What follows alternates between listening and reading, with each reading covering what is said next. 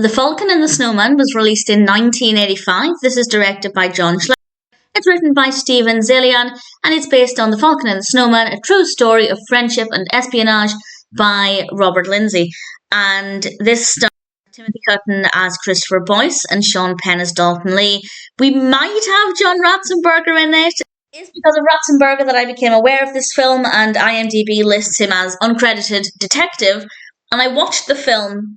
I watched it normally, and then I went back and speed watched it, jumping through the relevant scenes to try and find him, and I cannot see any evidence of him. So either I've completely missed him, which is on me, or maybe his scenes are cut, or I'm just not seeing him in the background.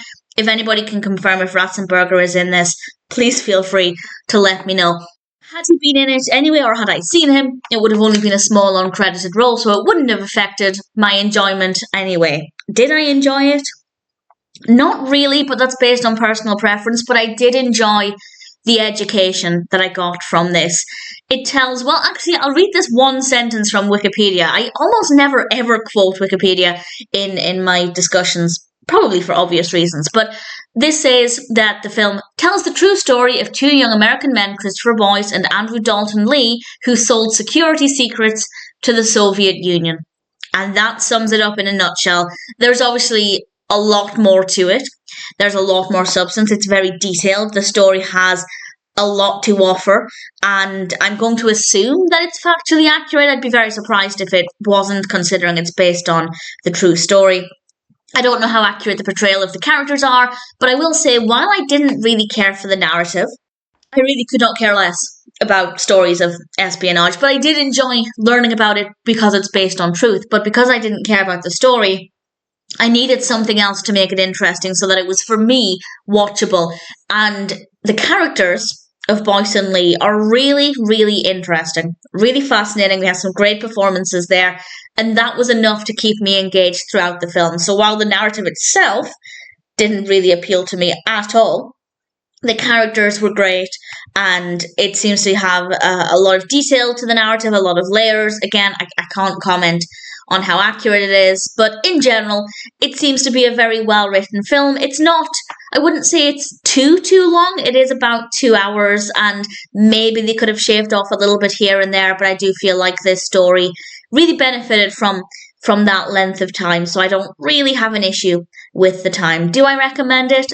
I guess so. For me, it was definitely quite educational. I did learn, well, I guess quite a lot, actually, certainly based on the true story. If you're a fan of this kind of story, then I assume you'll enjoy it, but maybe not. You might have very specific expectations.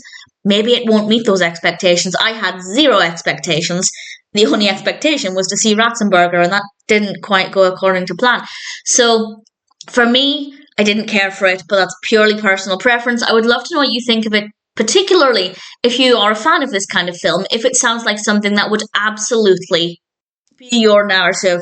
Did it meet your expectations? Is it not a good example of this kind of film? Again, because it's based on truth, there needs to be some leeway and acceptance of what's happening within the narrative, assuming it's all very accurate to the story. Also, I love the title. I don't often talk about film titles, and maybe I should do that more often, because a title can really, obviously, draw you in.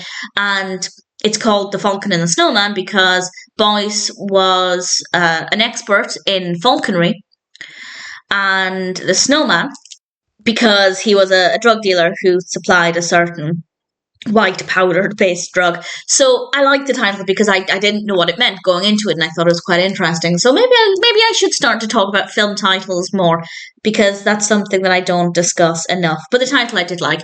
And the narrative, yeah, it works. I have no complaints about it. Not interesting in terms of personal preference, but because it's based on a true story, there were bits of it that I found fascinating, and certainly for me, educational. The characters were interesting, the performances were really good.